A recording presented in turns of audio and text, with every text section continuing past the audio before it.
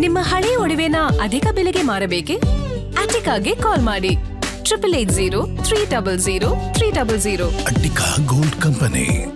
ಬಿಡದಿ ವಿಚಾರದಲ್ಲಿ ಸದ್ಯಕ್ಕೆ ಫೈಟ್ ಮುಗಿಯೋ ಲಕ್ಷಣಗಳೇ ಕಾಣಿಸ್ತಾ ಇಲ್ಲ. ಸಿಎಂ ಡಿಕೆ ಶಿವಕುಮಾರ್, ಕೇಂದ್ರ ಸಚಿವ ಎಚ್ ಡಿ ಕುಮಾರಸ್ವಾಮಿ ಟೌನ್ಶಿಪ್ ವಿಚಾರವನ್ನ ಪ್ರತಿಷ್ಠೆಗೆ ತೆಗೆದುಕೊಂಡಿದ್ದಾರೆ. ಈಗ ಅದೇ ವಿಚಾರಕ್ಕೆ ಕುಮಾರಸ್ವಾಮಿ ಮತ್ತೆ ಮಾತನಾಡಿದ್ದಾರೆ. ವಿಧಾನಸೌಧದಲ್ಲಿ 3 ರಿಂದ 4 ಜನ ಕೂತು ಮಾತನಾಡೋದು ಅರ್ಥವಿಲ್ಲ. ಸರ್ಕಾರ 80% ಜನ ಒಪ್ಪಿದೆ ಅಂತಾರೆ. ರೈತರು 70 ರಿಂದ 80% ನಾವು ಒಪ್ಪಿಲ್ಲ ಅಂತಾರೆ. ಅದರ ಬಗ್ಗೆ ರೈತರ ಸಮ್ಮುಖದಲ್ಲೇ ಸಭೆ ಮಾಡೋಣ ಅಂತ ಡಿಕೆಗೆ ಎಚ್ಡಿಕೆ ತಿರುಗೇಟನ್ನ ಕೊಟ್ಟಿದ್ದಾರೆ. ಬಿಡದಿ ಟೌನ್ಶಿಪ್ ವಿಚಾರದಲ್ಲಿ ಡಿಕೆ ಹಾಗೂ ಎಚ್ಡಿಕೆ ಕುಸ್ತಿಗೆ ಈಗ ಬಿದ್ದು ಸವಾಲಿಗೆ ಪ್ರತಿ ಸವಾಲ್ ಅಂತ ಹೇಳ್ತಾ ಇದ್ದಾರೆ. ಆದರೆ ಮಾಗಡಿ ಶಾಸಕ ಬಾಲಕೃಷ್ಣ ತಿರುಗೇಟನ್ನ ನೀಡಿದ್ದಾರೆ. ರೈತರನ್ನ ವಿಶ್ವಾಸಕ್ಕೆ ಪಡೆದು ಯೋಜನೆಯನ್ನ ಮಾಡ್ತಾ ಇದ್ದೇವೆ. ಕುಮಾರಸ್ವಾಮಿ ಅವರು ಉದ್ದೇಶಪೂರ್ವಕವಾಗಿ ಈಗ ವಿರೋಧವನ್ನ ಮಾಡ್ತಾ ಇದ್ದು ಹೊರಗಡೆಯಿಂದ ಬಂದ ರೈತರನ್ನ ಕರೆದು ರಾಜಕೀಯ ಮಾಡ್ತಾ ಇದ್ದಾರೆ ಅಂತ ಆರೋಪಿಸಿದ್ರು.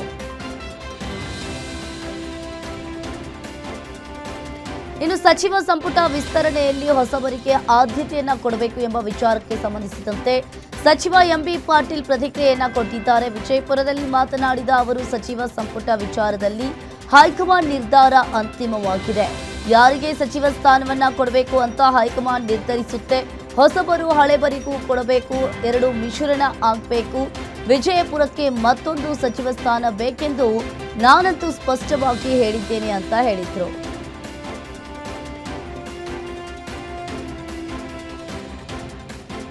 ಸಚಿವ ಸಂಪುಟ ವಿಸ್ತರಣೆ ವಿಚಾರಕ್ಕೆ ಸಂಬಂಧಪಟ್ಟಂತೆ ಈಗಾಗಲೇ ಬೆಳಗಾವಿಯಲ್ಲಿ ಸಚಿವ ಸತೀಶ್ ಜಾರಕಿಹೊಳಿ ಪ್ರತಿಕ್ರಿಯೆ ನೀಡಿದ್ದಾರೆ. ಸಚಿವ ಸಂಪುಟದ ಬಗ್ಗೆ ಇನ್ನೂ ದಿನಾಂಕ ನಿಗದಿಯಾಗಿಲ್ಲ. ಈ ಬಗ್ಗೆ ಹೈಕಮಾಂಡ್ ನಿರ್ಧಾರ ಮಾಡಬೇಕು ಅಂತ ಹೇಳಿದ್ರು. ಎಲ್ಲರೂ ಕೇಳ್ತಾರೆ, ಆದರೆ ಎಲ್ಲರಿಗೂ ಮಾಡೋಕೆ ಬರೋದಿಲ್ಲ. ಇನ್ನು 20 ಮಂತ್ರಿ ಸ್ಥಾನಗಳು ಖಾಲಿ ಇರೋದು ಕೇಳೋರು 40 ರಿಂದ 60 ಜನ ಇದ್ದಾರೆ. ಯಾರಿಗೆ ಕೊಡೋದು ಜಾತಿವಾರು ಪ್ರಾಂತವಾರು ನೋಡಿ ಕೊಡಬೇಕು. ಈಗಾಗಲೇ ಯಾರಿಗೆ ಕೊಡಬೇಕು ಅನ್ನೋದು ಹೈಕಮಾಂಡ್ ತೀರ್ಮಾನ ಅಂತ ಹೇಳಿದ್ದಾರೆ.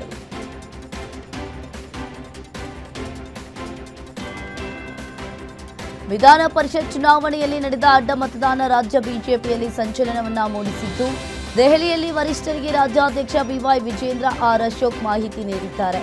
ಅಡ್ಡ ಮತದಾನವನ್ನ ಹೈಕಮಾಂಡ್ ಗಂಭೀರವಾಗಿ ಪರಿಗಣಿಸಿದೆ. ನಮಗೆ ಸಿಕ್ಕಿರೋ ಮಾಹಿತಿಯನ್ನ ಹೈಕಮಾಂಡ್ಗೆ ನೀಡಿದ್ದೇವೆ. ಪಕ್ಷಕ್ಕೆ ಅನ್ಯಾಯ ಮಾಡಿದವರ ಮೇಲೆ ಕಠಿಣ ಕ್ರಮ ಆಗುತ್ತೆ. ಅಡ್ಡ ಮತದಾನ ಮಾಡಿದವರು ಯಾರು ಅನ್ನೋ ವರದಿ ನೀಡಲು ಸ್ವಲ್ಪ ಸಮಯದ ಅಗತ್ಯವಿದೆ. ಶೀಘ್ರದಲ್ಲೇ ಎಲ್ಲ ಗೊತ್ತಾಗಲಿದೆ ಅಂತ ವಿಜಯೇಂದ್ರ ಹೇಳಿದ್ದಾರೆ. ಕೊನೆಗೂ ಬಿಜೆಪಿಗರು ಧರ್ಮಸ್ಥಳದಲ್ಲಿ ಆನೆ ಪ್ರಮಾಣ ಮಾಡುವುದನ್ನ ಕೈಬಿಟ್ಟಿದ್ದಾರೆ. ಧರ್ಮಸ್ಥಳದಲ್ಲಿ ಬಿಜೆಪಿ ಶಾಸಕಾಂಗ ಪಕ್ಷದ ಸಭೆ ಇಲ್ಲ. ಧರ್ಮಸ್ಥಳದಲ್ಲಿ ಶಾಸಕಾಂಗ ಸಭೆಗೆ ಪಕ್ಷದಲ್ಲೇ ಅಪಸ್ವರ ಕೇಳಿ ಬಂದಿತ್ತು. ಅದರಿಂದ ಸಭೆ ನಡೆಸದಿರಲು ತೀರ್ಮಾನ ಮಾಡಲಾಗಿದ್ದು, ಧರ್ಮಸ್ಥಳವನ್ನ ರಾಜಕೀಯವಾಗಿ ಬಳಸದಿರಲು ಹಿರಿಯ ನಾಯಕರ ಸಲಹೆ ಹಿನ್ನೆಲೆಯಲ್ಲಿ ಧರ್ಮಸ್ಥಳದಲ್ಲಿ ಸಭೆ ನಡೆಸದಿರಲು ನಿರ್ಧಾರವನ್ನ ಮಾಡಲಾಗಿದೆ. ಪ್ರಿಯಾಂಕ್ ಖರ್ಗೆ ಆರ್ಎಸ್ಎಸ್ ವಿರುದ್ಧ ತಿರುಗಿ ಬಿದ್ದಿದ್ದಾರೆ. ಆದರೆ ಇದೇ ಆರ್ಎಸ್ಎಸ್ ವಿಚಾರ ಈಗ ಸೋಷಿಯಲ್ ಮೀಡಿಯಾದಲ್ಲೂ ಸದ್ದು ಮಾಡ್ತಾ ಇದೆ. ಬಿಜೆಪಿ ಸಂಸದ ರಮೇಶ್ ಜಿಗಜಿಣಗಿ ಅವರು ಮಾತನಾಡಿದ್ದಾರೆ ಎನ್ನಲಾದ ಆಡಿಯೋ ಈಗ ವೈರಲ್ ಆಗಿದೆ.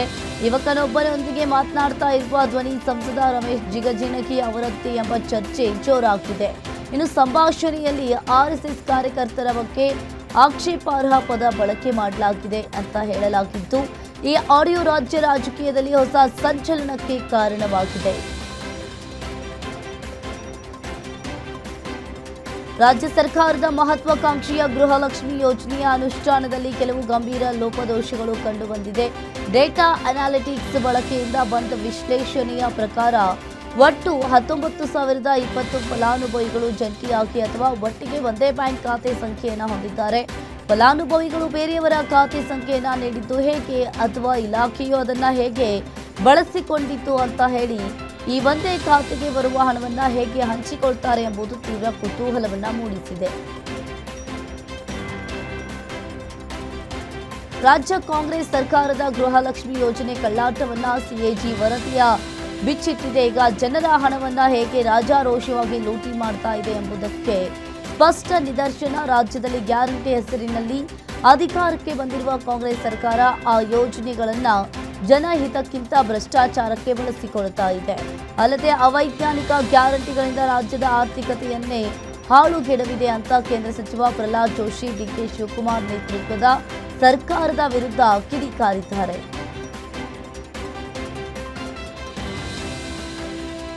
ಕರ್ನಾಟಕದಲ್ಲಿ ಮುಂಗಾರು ಮಳೆ ಕೈಕೊಟ್ಟಿದ್ದು, ನಿರೀಕ್ಷಿಸಿದಷ್ಟು ಮಳೆಯಾಗಿಲ್ಲ. ಜೀವನಾಡಿಯಾಗಿರುವ ಕಾವೇರಿಯಲ್ಲೂ ಸಹ ನೀರಿಲ್ಲ. ಇನ್ನೊಂದು ಕಡೆ ತಮಿಳುನಾಡು ಮತ್ತೆ ಕಾವೇರಿ ನೀರಿಗೆ ಖ್ಯಾತೆ ತೆಗೆದಿದ್ದು, ಜೂನ್ ತಿಂಗಳ ನೀರಿನ ಜೊತೆಗೆ ಜುಲೈ ತಿಂಗಳ 31.24 ಟಿಎಂಸಿ ನೀರು ಹರಿಸಲು ಕರ್ನಾಟಕಕ್ಕೆ ನಿರ್ದೇಶನವನ್ನು ನೀಡಬೇಕು ಅಂತ ಕಾವೇರಿ ನೀರು ನಿರ್ವಹಣಾ ಪ್ರಾಧಿಕಾರದ ಸಭೆಯಲ್ಲಿ ಪಟ್ಟು ಹಿಡಿದಿದೆ.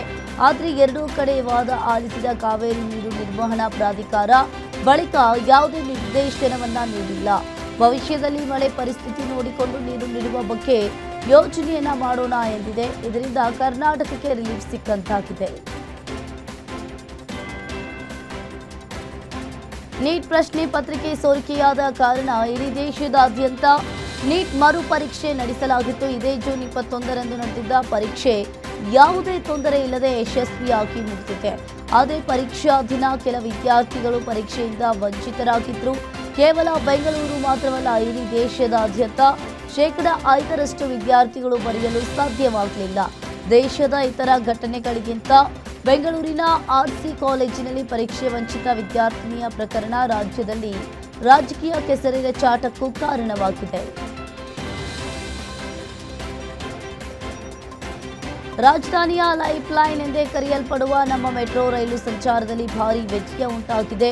ನೆರಳೆ ಮಾರ್ಗದ ಪ್ರಮುಖ ನಿಲ್ದಾಣವಾದ ಕಬ್ಬನ್ ಪಾರ್ಕ್ನಲ್ಲಿ ಮೆಟ್ರೋ ರೈಲಿನಲ್ಲಿ ತಾಂತ್ರಿಕ ದೋಷ ಕಾಣಿಸಿಕೊಂಡಿದ್ದು, ಕಚೇರಿ ಮುಗಿಸಿ ಮನೆಗೆ ಮರಳ್ತಾ ಇದ್ದ ನೂರಾರು ಪ್ರಯಾಣಿಕರು ತೀವ್ರ ಪರದಾಡುವಂತಾಗಿದೆ. ಕಬ್ಬನ್ ಪಾರ್ಕ್ ನಿಲ್ದಾಣಕ್ಕೆ ಬರ್ತಾ ಇದ್ದಂತೆ ಮೆಟ್ರೋ ರೈಲಿನಲ್ಲಿ ವಿದ್ಯುತ್ ಸಂಪರ್ಕದ ಸಮಸ್ಯೆ ಕಾಣಿಸಿಕೊಂಡಿದೆ ಅಂತ ಹೇಳಲಾಗಿದೆ. ಇದರಿಂದಾಗಿ ಸುಮಾರು 30 ನಿಮಿಷಗಳ ಕಾಲ ಪ್ರಯಾಣಿಕರು ರೈಲಿನ ಒಳಗಡೆಗೆ ಸಿಲುಕಿಕೊಂಡಿದ್ರು. ಕಾಡು ಪ್ರಾಣಿಗಳ ಬೇಟೆಯಾಡ್ತಾ ಇದ್ದ ಕಟುಕರ ಸಂಚು ಅರಣ್ಯ ಇಲಾಖೆಯ ಅಧಿಕಾರಿಗಳು ಧೂಳಿಪಟ ಮಾಡಿದ್ದು, ಧಾರವಾಡ ತಾಲೂಕಿನ ಲಾಳಗಟ್ಟಿ ಗ್ರಾಮದಲ್ಲಿ ನಡೆದ ಮಿಂಚಿನ ದಾಳಿ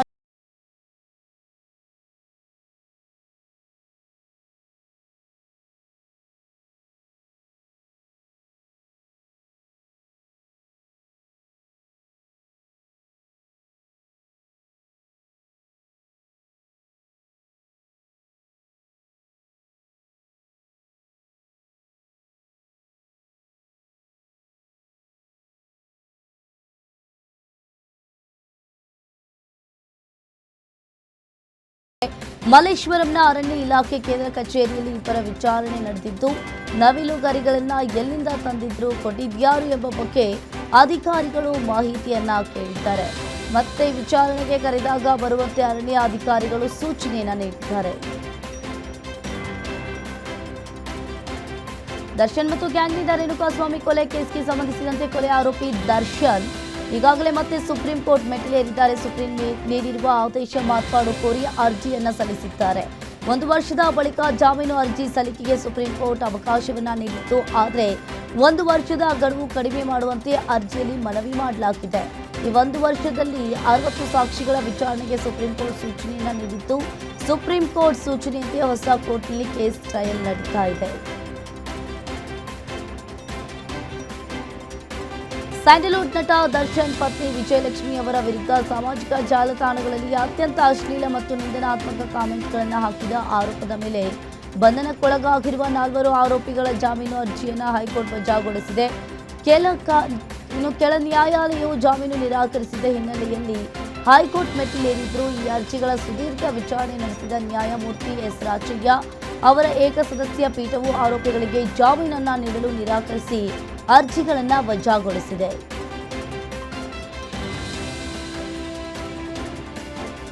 ಬಳ್ಳಾರಿಯಲ್ಲಿ ಲೋಕಾಯುಕ್ತ ಅಧಿಕಾರಿಗಳು ದಾಳಿಯನ್ನ ನಡೆಸಿ ಭ್ರಷ್ಟ ಅಧಿಕಾರಿಗಳಿಗೆ ಬಿಸಿ ಮುಟ್ಟಿಸಿದ್ದಾರೆ. ಅಕ್ರಮ ಆಸ್ತಿ ಗಳಿಕೆ ಆರೋಪದ ಹಿನ್ನೆಲೆಯಲ್ಲಿ ಸಿರುಗುಪ್ಪದ ಆರ್ಡಿಪಿಆರ್ ಇಲಾಖೆಯ ಈ ಮನೆ ಮೇಲೆ ದಾಳಿ ನಡೆಸಿದ ಲೋಕಾಯುಕ್ತ ಅಧಿಕಾರಿಗಳು ದಾಖಲೆಗಳನ್ನು ಪರಿಶೀಲಿಸಿದ್ದಾರೆ. ಲೋಕಾಯುಕ್ತ ಎಸ್ಪಿ ವಾಸುದೇವ್ ನೇತೃತ್ವದಲ್ಲಿ ಸಿರುಗುಪ್ಪ ಕಚೇರಿ, ಬಳ್ಳಾರಿಯ ಹನುಮಾನ್ ನಗರದ ನಿವಾಸ ಮತ್ತು ಕುಡುತಿನಿ ಪಟ್ಟಣದ ನಿವಾಸ ಸೇರಿ 3 ಕಡೆ ದಾಳಿ ನಡೆದಿದೆ ಎನ್ನಲಾಗ್ತಾ ಇದೆ.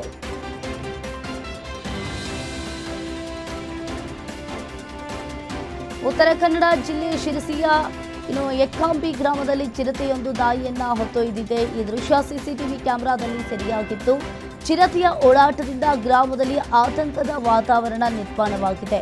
ರಾತ್ರಿ ವೇಳೆ ಹೊರಹೋಗಲು ಜನರು ಭಯಭೀತರಾಗಿದ್ದಾರೆ.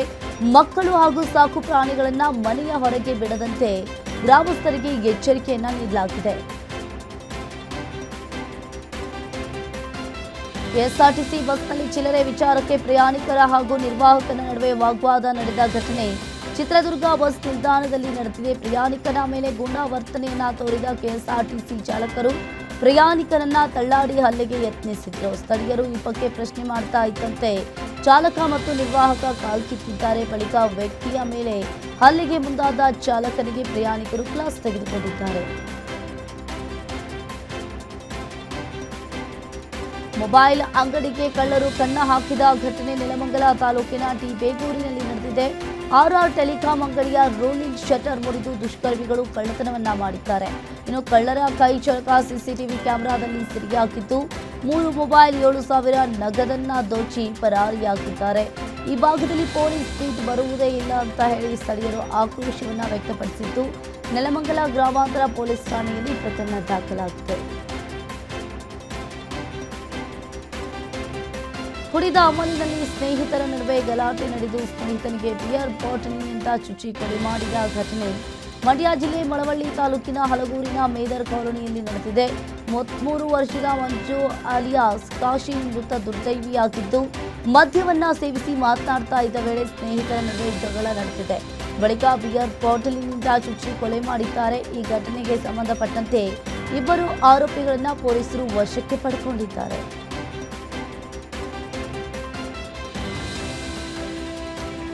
ಕೌಟುಂಬಿಕ ಕಲಹ ಹಿನ್ನೆಲೆಯಲ್ಲಿ ಫ್ಯಾನ್ಗೆ ನೇಣು ಬಿಗಿದುಕೊಂಡು ಮಹಿಳೆ ಸುಸೈಡ್ ಮಾಡಿಕೊಂಡ ಘಟನೆ ಮಾಗಡಿ ರಸ್ತೆಯ ತುಂಗಾನಗರದಲ್ಲಿ ನಡೆದಿದೆ. ತನುಜ ಎಂಬ ವಿವಾಹಿತ ಮಹಿಳೆ ಆತ್ಮಹತ್ಯೆ ಮಾಡಿಕೊಂಡಿದ್ದು ನವೀನ್ ಎಂಬಾತನ ಜೊತೆ ವಿವಾಹವಾಗಿದ್ರು. ಕೌಟುಂಬಿಕ ಕಲಹದಿಂದ ಬೇಸತ್ತು ಇದೀಗ ನೇಣಿಗೆ ಶರಣಾಗಿದ್ದಾರೆ. ಇದಕ್ಕೆ ಸಂಬಂಧಪಟ್ಟಂತೆ ಪ್ಯಾಡರಹಳ್ಳಿ ಪೊಲೀಸ್ ಠಾಣೆಯಲ್ಲಿ ಕೇಸ್ ದಾಖಲಾಗಿದೆ. ಸಿನಿಮಾ ಡೈರೆಕ್ಟರ್ ಹಾಗೂ ದೊಡ್ಡ ಕನಸು ಹೊತ್ತಿದ್ದ ಯುವಕನಿಗೆ ವಿಧಿಯೇ ವಿಲನ್ ಆಗಿದೆ. ನೆಲಮಂಗಲದ ಬಿದಲೂರು ಗ್ರಾಮದ 35 ವರ್ಷದ ಮಂಜುನಾಥ್ ಡಿಪ್ರೆಷನ್ಗೆ ಒಳಗಾಗಿ ರಾವುತನಹಳ್ಳಿಯ ರೂಮ್ನಲ್ಲಿ ನೇಣಿಗೆ ಶರಣಾಗಿದ್ದಾರೆ. ನನಗೆ ಮಾನಸಿಕ ಖಿನ್ನತೆ ಇದೆ, ಕ್ಷಮಿಸಿ ಅಪ್ಪ, ನನ್ನ ಸಾವಿಗೆ ನಾನೇ ಕಾರಣ ಅಂತ ಭಾವುಕ ಡೆತ್ ನೋಟ್ ಅನ್ನ ಬರೆದಿಟ್ಟು ಸಾವಿನ ಮನೆ ಕದ ತಟ್ಟಿದ್ದಾನೆ. ಈತ ಮಗನನ್ನ ಕಳೆದುಕೊಂಡ ಹೆತ್ತವರ ಆಕ್ರಂದನ ಮುಗಿಲು ಮುಟ್ಟಿದೆ. ವಿದ್ಯುತ್ ಖಾಸಗೀಕರಣ ವಿರೋಧಿಸಿ ಧಾರವಾಡದಲ್ಲಿ ರೈತ ಸಂಘ ಪ್ರತಿಭಟನೆ ನಡೆಸಿತು. ನಗರದ ಜುಬ್ಲಿ ಸರ್ಕಲ್ನಲ್ಲಿ ಮಾನವ ಸರಪಳಿಯನ್ನ ನಿರ್ಮಿಸಿ ಪ್ರತಿಭಟನೆಯನ್ನ ನಡೆಸಿದ್ರು. ಬಳಿಕ ಜುಬ್ಲಿ ಸರ್ಕಲ್ನಿಂದ ಡಿಸಿ ಕಚೇರಿಯವರೆಗೆ ಪ್ರತಿಭಟನಾ ರ್ಯಾಲಿ ನಡೆಸಿದ ಪ್ರತಿಭಟನಾಕಾರರು ವಿದ್ಯುತ್ ಖಾಸಗೀಕರಣ ಮಾಡುವ ಸರ್ಕಾರದ ನಡೆ ವಿರುದ್ಧ ಆಕ್ರೋಶವನ್ನ ವ್ಯಕ್ತಪಡಿಸಿದ್ರು. ರಾಜ್ಯ ಸರ್ಕಾರದ ವಿರುದ್ಧ ಧಿಕ್ಕಾರವನ್ನ ಕೂಗಿ ಆಕ್ರೋಶವನ್ನ ಹೊರಹಾಕಿದ್ರು. ಇದೇ ವೇಳೆ ಡಿಸಿ ಮೂಲಕ ರಾಜ್ಯ ಸರ್ಕಾರಕ್ಕೆ ಪ್ರತಿಭಟನಾಕಾರರು ಮನವಿಯನ್ನ ಸಲ್ಲಿಸಿದ್ರು. ಮುಂಗಾರು ವಿಳಂಬದ ನಡುವೆಯೂ ಕೂಡ ರಾಖಿ ಬಿತ್ತನೆಗೆ ರೈತರಿಂದ ಸಿದ್ಧತೆ ನಡೆದಿದ್ದು ಗೊಬ್ಬರ ಖರೀದಿಗೆ ಹಾಸನ ಜಿಲ್ಲೆ ಹಿರಿಸಾವೆಯಲ್ಲಿ ರೈತರು ಸಾಲುಗಟ್ಟಿ ನಿಂತಿದ್ದಾರೆ. ಬೆಳಿಗ್ಗೆ 8 ಗಂಟೆಯಿಂದ ರೈತರು ಗೊಬ್ಬರಕ್ಕಾಗಿ ಕಾಯ್ತಾ ಇದ್ದು ಕೇವಲ 1 ಗಂಟೆಯಲ್ಲೇ ಗೊಬ್ಬರ ಸಂಪೂರ್ಣವಾಗಿ ಖಾಲಿಯಾಗಿದೆ. ಇನ್ನು ಗೊಬ್ಬರವಿಲ್ಲದೆ ಕೆಲ ರೈತರು ಕೂಡ ವಾಪಸ್ಸಾದ್ರು. ರಸಗೊಬ್ಬರ ಮಾರಾಟ ಮಾಡುವ ಅಂಗಡಿಗಳಲ್ಲಿ ಯೂರಿಯಾ ಜೊತೆ ನ್ಯಾನೋ ಯೂರಿಯಾ ಕಡ್ಡಾಯವಾಗಿ ಕೊಡಬೇಕಿದೆ. ಸಮರ್ಪಕವಾಗಿ ಗೊಬ್ಬರ ಮಾರಾಟ ಮಾಡುವಂತೆ ರೈತರು ಆಗ್ರಹಿಸಿದ್ದಾರೆ.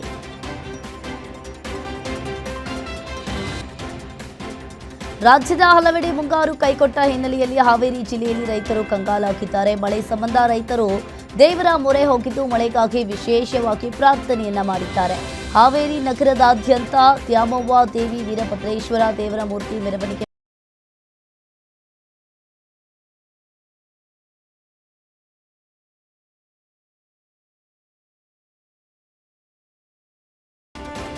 ದಾವಣಗೆರೆ ಜಿಲ್ಲೆಯಲ್ಲಿ ಮುಂಗಾರು ಕೈಕೊಟ್ಟ ಹಿನ್ನೆಲೆಯಲ್ಲಿ ಉತ್ತಮ ಮಳೆಯಾಗಲಿದೆ ಅಂತ ನಗರ ದೇವತೆ ದುರ್ಗಾಂಬಿಕಾ ದೇವಿಗೆ ರೈತರು ಎಡಪೂಜೆಯನ್ನ ಮಾಡಿದ್ರು. ಇನ್ನು ಇಲ್ಲಿ ಜೂನ್ ಕಳೆದರೂ ಕೂಡ ಉತ್ತಮ ಮಳೆಯಾಗದ ಹಿನ್ನೆಲೆಯಲ್ಲಿ ರೈತರು ಸಂಕಷ್ಟವನ್ನ ಅನುಭವಿಸ್ತಾ ಇದ್ದು ಇದರಿಂದ ಉತ್ತಮ ಮಳೆಯಾಗಲಿ ಅಂತ ವಿಶೇಷವಾಗಿ ಪೂಜೆಯನ್ನ ಮಾಡಿದ್ರು. ಎಡೆ ಪೂಜೆ ಮಾಡಿದ್ರೆ ಉತ್ತಮ ಮಳೆಯಾಗುತ್ತೆ ಎಂಬ ನಂಬಿಕೆಯಿಂದ ದೇವಿಗೆ ಮೊಸರನ್ನ ಅಕ್ಕಿ ಬೇಳೆಯನ್ನ ಎಡೆಯಾಗಿ ಇಟ್ಟು ಮಳೆಗಾಗಿ ಪ್ರಾರ್ಥನೆಯನ್ನ ಸಲ್ಲಿಸಿದ್ರು.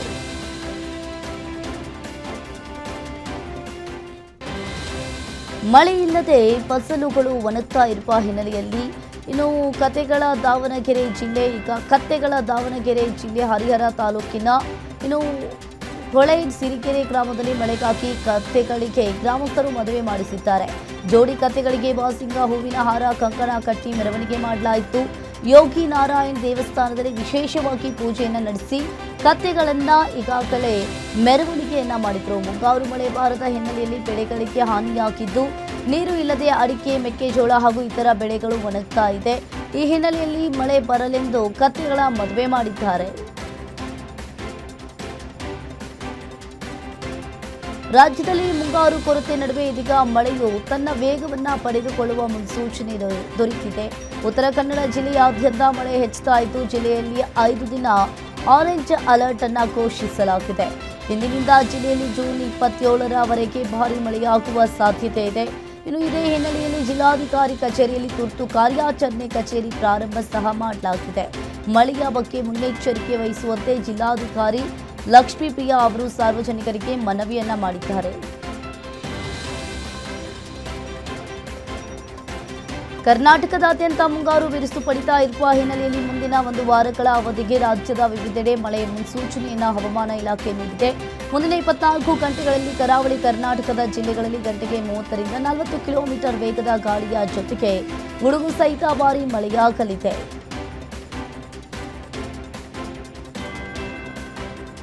ಇತ್ತೀಚೆಗೆ ರಾಜ್ಯಸಭೆ ನಾಮನಿರ್ದೇಶನದಿಂದ ವಂಚಿತರಾಗಿದ್ದ ಕೇಂದ್ರ ಸಚಿವ ಜಾರ್ಜ್ ಕುರಿಯನ್ ರಾಜೀನಾಮೆಯನ್ನು ನೀಡಿದ್ದಾರೆ. ಇದರ ನಡುವೆ ಅಪರೂಪಕ್ಕೆ ಎಂಬಂತೆ ಪ್ರಧಾನಿ ನರೇಂದ್ರ ಮೋದಿ ರಾಷ್ಟ್ರಪತಿ ಭವನದಲ್ಲಿ ರಾಷ್ಟ್ರಪತಿ ದ್ರೌಪದಿ ಮುರ್ಮು ಜೊತೆ ಸಭೆ ನಡೆಸಿದ್ದಾರೆ. ಇದು ಸಂಪುಟ ಪುನರಚನೆ ಗುಸುಗುಸಿಗೆ ಪುನಃ ನಾಂದಿ ಹಾಡಿದೆ. ಇತ್ತೀಚೆಗೆ ಕೆಲವು ಸಚಿವರನ್ನ ಪಕ್ಷದ ಕರ್ತವ್ಯಗಳಿಗೆ ನಿಯೋಜಿಸಲಾಗಿತ್ತು. ಈಗ ಕುರಿಯನ್ ರಾಜೀನಾಮೆ ನೀಡಿದ್ದಾರೆ. ಇದು ಪುನರ್ರಚನೆಗೆ ಅಂತ ಮಾಹಿತಿಯನ್ನ ನೀಡಿದೆ. ಕೇಂದ್ರ ಅಲ್ಪಸಂಖ್ಯಾತ ವ್ಯವಹಾರಗಳು ಮತ್ತು ಮೀನುಗಾರಿಕೆ ಇಲಾಖೆಯ ರಾಜ್ಯ ಸಚಿವ ಹಿರಿಯ ಬಿಜೆಪಿ ನಾಯಕ ಜಾರ್ಜ್ ಕುರಿಯನ್ ಅವರು ತಮ್ಮ ಸಚಿವ ಸ್ಥಾನಕ್ಕೆ ಅಧಿಕೃತವಾಗಿ ರಾಜೀನಾಮೆಯನ್ನ ನೀಡಿದ್ದಾರೆ. ಇನ್ನು ಅವರು 6 ವರ್ಷಗಳ ರಾಜ್ಯಸಭಾ ಅವಧಿ ಪೂರ್ಣಗೊಂಡ ಹಿನ್ನೆಲೆಯಲ್ಲಿ ಅವರು ತಮ್ಮ ಹುದ್ದೆಯನ್ನು ತ್ಯಜಿಸಿದ್ದಾರೆ. ಪ್ರಧಾನಿ ನರೇಂದ್ರ ಮೋದಿ ಅವರ ಸಲಹೆಯ ಮೇರೆಗೆ ಭಾರತದ ರಾಷ್ಟ್ರಪತಿ ದ್ರೌಪದಿ ಮುರ್ಮು ಅವರು ಸಂವಿಧಾನದ 75ನೇ ವಿಧಿಯ ಷರತ್ತರ ಅಡಿಯಲ್ಲಿ ಜಾರ್ಜ್ ಕುರಿಯನ್ ಅವರ ರಾಜೀನಾಮೆಯನ್ನು ತಕ್ಷಣದಿಂದ ಜಾರಿಗೆ ಬರುವಂತೆ ಅಂಗೀಕರಿಸಿದ್ದಾರೆ. ಭಾರತವು ಈಗ ವಿಶ್ವದ ಅತಿದೊಡ್ಡ ಶಸ್ತ್ರಾಸ್ತ್ರ ಆಮದು ದೇಶದಿಂದ ಪ್ರಮುಖ ರಫ್ತುದಾರ ರಾಷ್ಟ್ರವಾಗಿ ಪರಿವರ್ತನೆಗೊಂಡಿದೆ. ಈ ಬೆಳವಣಿಗೆಗೆ ಪೂರಕವಾಗಿ ಯುಎಇ ಭಾರತದ ಅತ್ಯಾಧುನಿಕ ಬ್ರಹ್ಮೋಸ್ ಸೂಪರ್ ಸ್ಯಾನಿಕ್ ಕ್ರೂಸ್ ಕ್ಷಿಪಣಿ ಆಕಾಶ್ ತೀರ್ ವಾಯು ರಕ್ಷಣಾ ವ್ಯವಸ್ಥೆಗಳನ್ನು ಖರೀದಿಸಲು ಆಸಕ್ತಿಯನ್ನು ವ್ಯಕ್ತಪಡಿಸಿದೆ. ಈ ಕುರಿತು ಉಭಯ ದೇಶಗಳ ನಡುವೆ ಮಾತುಕತೆಗಳು ಆರಂಭವಾಗಿವೆ. ಈ ಒಪ್ಪಂದವು ಅಂತಿಮಗೊಂಡರೆ ಭಾರತವು ತನ್ನ ರಕ್ಷಣಾ ಉತ್ಪನ್ನಗಳನ್ನು ಮಧ್ಯಪ್ರಾಚ್ಯದ ಕೊಲ್ಲಿ ದೇಶಕ್ಕೆ ರಫ್ತು ಮಾಡಿದೆ ಮೊದಲ ನಿರ್ದೇಶನವಾಗಲಿದೆ ಅಂತ ತಿಳಿಸಿದ್ದಾರೆ. ಅಯೋಧ್ಯೆಯ ಶ್ರೀರಾಮ ಮಂದಿರದಲ್ಲಿ ನಡೆದ ಆರ್ಥಿಕ ಅಕ್ರಮಗಳು ಮತ್ತು ಕಣ್ಮರೆಯಾಗಿರುವ ಕಾಣಿಕೆ ಹಣದ ವಿವಾದ ಈಗ ಸುಪ್ರೀಂ ಕೋರ್ಟ್ ಮೆಟ್ಟಿಲೇರಿದೆ. ರಾಮ ಮಂದಿರದ ದೇಣಿಗೆ ದುರುಪಯೋಗದ ಬಗ್ಗೆ ಸುಪ್ರೀಂ ಕೋರ್ಟ್ ನೇರ ಮೇಲ್ವಿಚಾರಣೆಯಲ್ಲಿ ತನಿಖೆ ನಡೆಸಬೇಕು ಮತ್ತು ಕೇಂದ್ರೀಯ ತನಿಖಾ ದಳದ ಅಡಿಯಲ್ಲಿ ಹೊಸ ವಿಶೇಷ ತನಿಖಾ ತಂಡವನ್ನು ರಚಿಸಬೇಕು ಅಂತ ಕೋರಿ ಸುಪ್ರೀಂ ಕೋರ್ಟ್ನಲ್ಲಿ ಹೊಸ ಸಾರ್ವಜನಿಕ ಹಿತಾಸಕ್ತಿ ಅರ್ಜಿಯನ್ನ ಸಲ್ಲಿಕೆಯಾಗಿದೆ. ಇರಾನ್ ಮೇಲೆ ಹೇರಿದ ತೈಲ ನಿರ್ಬಂಧವನ್ನು ಅಮೆರಿಕ ತೆರವು ಮಾಡಿದೆ. ಪೆಟ್ರೋಲಿಯಂ ಕಚ್ಚಾ ತೈಲ ಮಾರಾಟಕ್ಕೆ ಇರಾನ್ಗೆ ಅಮೆರಿಕ ಅನುಮತಿಯನ್ನ ನೀಡಿದ್ದು, ಇರಾನ್ ಮೇಲೆ ಹೇರಲಾಗಿದ್ದ ಎಲ್ಲಾ ರೀತಿಯ ನಿರ್ಬಂಧವನ್ನು ತೆರವು ಮಾಡಲಾಗಿದೆ. ಭಾರತ ಸೇರಿದಂತೆ ವಿಶ್ವದ ಹಲವು ರಾಷ್ಟ್ರಗಳಿಗೆ ಇರಾನ್ ತೈಲ ರಫ್ತು ಮಾಡಲಾಗಿದೆ.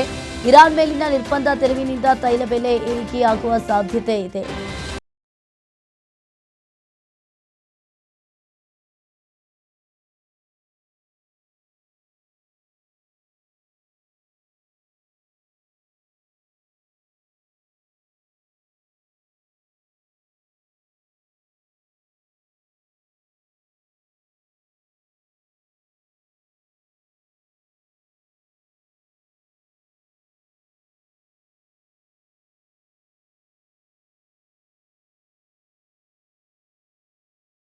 ಐತಿಹಾಸಿಕ ಪ್ರವಾಸಿ ತಾಣ ಲೋಹಗಢ್ ಕೋಟೆಯಲ್ಲಿ ನಡೆದಿದ್ದ 26 ವರ್ಷದ ಯುವ ಉದ್ಯಮಿ ಕೇತನ್ ವಿಶಾಲ್ ಅಗರ್ವಾಲ್ ಅವರ ನಿಗೂಢ ಸಾವು ಆಕಸ್ಮಿಕ ಸಾವಲ್ಲ. ಇದೊಂದು ಭೀಕರ ಕೊಲೆ ಎಂಬ ಆಘಾತಕಾರಿ ಮಾಹಿತಿ ಹೊರಬಿದ್ದಿದೆ. ತಂದೆ ಕೋಟಿ ಸುರಿದು ರಾಜಸ್ಥಾನದಲ್ಲಿ ಮಾಡಿಸಬೇಕಿದ್ದ ಅದ್ದೂರಿ ಮದುವೆ ಬೇಡವೆಂದು ನಿಶ್ಚಿತಾರ್ಥ ಮಾಡಿಕೊಂಡಿದ್ದ ಯುವತಿಯೇ ಪ್ರಿಯಕರಣ ಜೊತೆ ಸೇರಿ ವರನನ್ನ 400 ಅಡಿ ಆಳದ ಕಂದಕಕ್ಕೆ ತಳ್ಳಿದ್ದಾಳೆ. ಇದಕ್ಕೆ ಸಂಬಂಧಪಟ್ಟಂತೆ ಪೊಲೀಸರು ಪುಣೆ 20 ವರ್ಷದ ಯುವತಿ ಸಿಯಾ ಗೋಯಲ್ ಮತ್ತು ಆಕೆಯ ಪ್ರಿಯಕರ ಚೇತನ್ ಚೌಧರಿಯನ್ನ ಬಂಧಿಸಿದ್ದಾರೆ.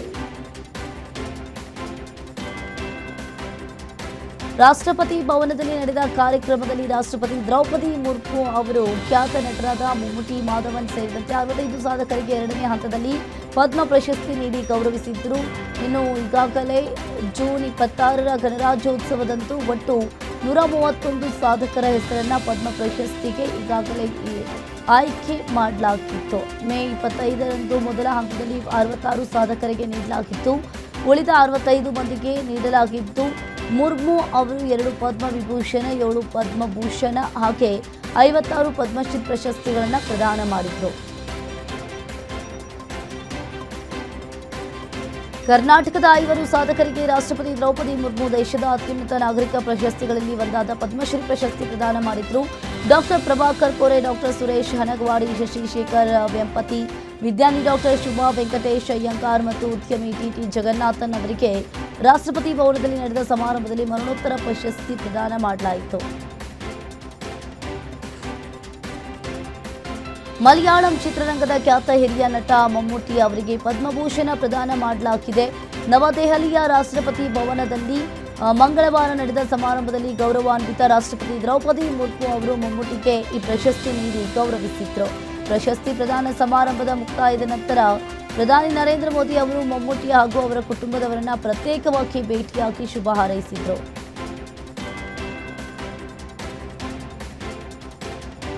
ಭಾರತ ಕ್ರಿಕೆಟ್ ತಂಡದ ಮಾಜಿ ನಾಯಕ ಹಾಗೂ ವಿಶ್ವಕಪ್ ವಿಜೇತ ಬ್ಯಾಟರ್ ರೋಹಿತ್ ಶರ್ಮಾ ಅವರಿಗೆ ದೇಶದ 4ನೇ ಅತ್ಯುನ್ನತ ನಾಗರಿಕ ಗೌರವವಾದ ಇಲ್ಲಿ ಪದ್ಮಶ್ರೀ ಪ್ರಶಸ್ತಿಯನ್ನು ಪ್ರದಾನ ಮಾಡಲಾಗಿದೆ. ದೆಹಲಿಯ ರಾಷ್ಟ್ರಪತಿ ಭವನದಲ್ಲಿ ನಡೆದ ಭವ್ಯ ನಾಗರಿಕ ಗೌರವ ಪ್ರದಾನ ಸಮಾರಂಭದಲ್ಲಿ ರಾಷ್ಟ್ರಪತಿ ದ್ರೌಪದಿ ಮುರ್ಮು ಅವರು ರೋಹಿತ್ ಶರ್ಮಾಗೆ ಪ್ರಶಸ್ತಿಯನ್ನ ನೀಡಿ ಗೌರವಿಸಿದ್ರು.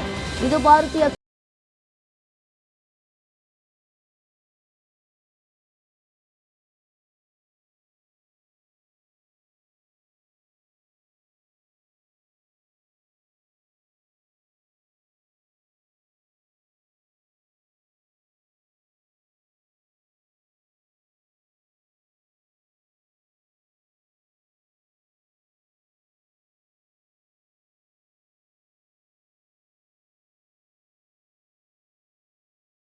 ಉಭಯ ದೇಶಗಳ ನಡುವಿನ ಸಂಘರ್ಷ ಈಗ ಹೊಸ ತಿರುವನ್ನ ಪಡೆದುಕೊಂಡಿರುವಂತದ್ದು.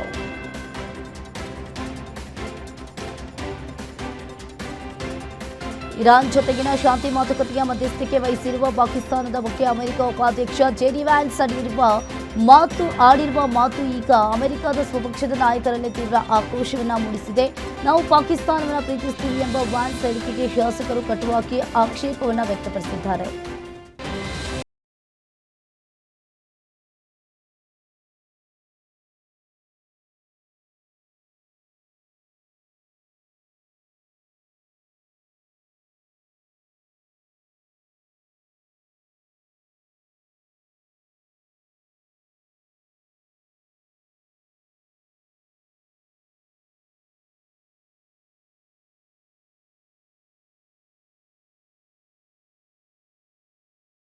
ತಂಡವನ್ನು ತೊರೆಯುವ ಸಾಧ್ಯತೆಗಳು ಹೆಚ್ಚಾಗಿವೆ. ಹಾಗಾಗಿ 5 ಬಾರಿ ಚಾಂಪಿಯನ್ಸ್ ಆದ ಈ ಫ್ರಾಂಚೈಸಿಗೆ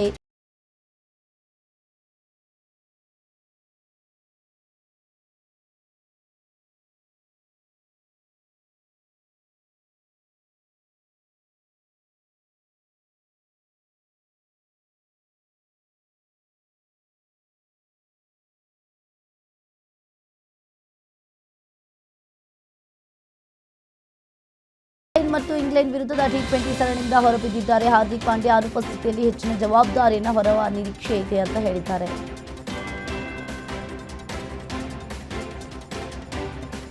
ತಮಿಳು ಚಿತ್ರರಂಗದ ಸ್ಟಾರ್ ನಟ ತಲಾ ಅಜಿತ್ ಕುಮಾರ್ ತಮ್ಮ ಮುಂದಿನ ಚಿತ್ರದ ಕುರಿತು ಅತ್ಯಂತ ಮಹತ್ವದ ಹಾಗೂ ಧೈರ್ಯದ ನಿರ್ಧಾರವೊಂದನ್ನು ಕೈಗೊಂಡಿದ್ದಾರೆ. ನಿರ್ದೇಶಕ ಆದಿಕ್ ರವಿಚಂದ್ರನ್ ಜೊತೆಗಿನ ತಮ್ಮ ಮುಂದಿನ ಬಹುನಿರೀಕ್ಷಿತ ಚಿತ್ರಕ್ಕೆ ಬೇರೆ ನಿರ್ಮಾಪಕರಿಗಾಗಿ ಕಾಯುವ ಬದಲು ತಾವೇ ಸ್ವತಃ ಬಂಡವಾಳವನ್ನು ಹೂಡಲು ಅಜಿತ್ ನಿರ್ಧಾರವನ್ನ ಮಾಡಿದ್ದಾರೆ.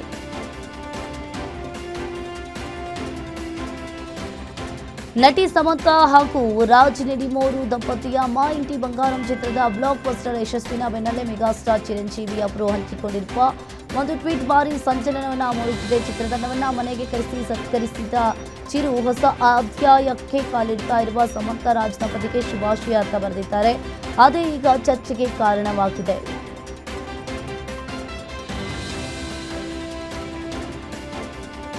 ನಟ ಸಿಎಂ ದಳಪತಿ ವಿಜಯ್ ಜೊತೆ ಬ್ರೇಕಪ್ ರೂಮರ್ಸ್ ಬೆನ್ನಲ್ಲೇ ನಟಿ ತ್ರಿಷಾ ಹೊಸ ಟ್ವೀಟ್ ಕೊಟ್ಟಿದ್ದಾರೆ. ಜೂನ್ 22ಕ್ಕೆ ದಳಪತಿ ವಿಜಯ್ ಬರ್ತ್ಡೇ ಇತ್ತು. ಆದರೆ ತ್ರಿಷಾ ಕಡೆಯಿಂದ ಯಾವುದೇ ವಿಶ್ ಬಂದಿರಲಿಲ್ಲ.